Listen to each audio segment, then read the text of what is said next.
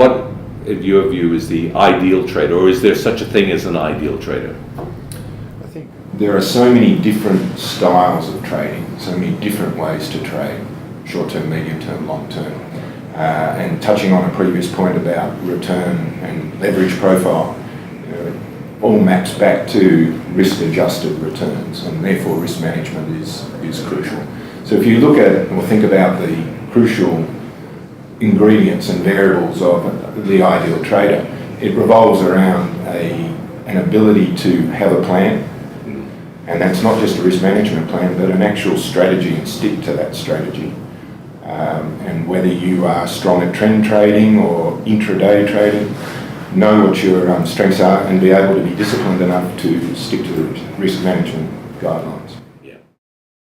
Would you say that because the emergence of the robots and the traders and their speed in accessing the markets, is that eliminating the ability for traders to trade the news? And we just cannot read them. Yeah, you're dead right. And we just cannot read the headlines as fast. So it's more about reading the machines. I think it's more about the trader adapting themselves to, rather than trying to pick the news, pick to what the machines are going to do.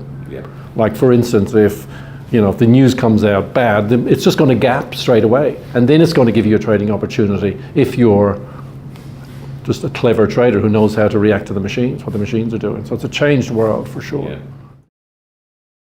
What's the pot of gold for that? Right. Well, I suppose the good news is that it's become investment funds have become a lot more accessible. It used to be, when we were starting off, if the bank didn't fund you as a trader, like setting up your hedge fund, it was very difficult to get started with your initial allocation. Now with the retail space, it's become a lot easier. So if you have a 2-year track record, a lot of the characteristics and criteria we just talked about, that ability to build funds and not have the massive drawdowns, etc., and a steady plan, I think you can expect to have something like, say, $10 million under management quite quickly through the retail brokers.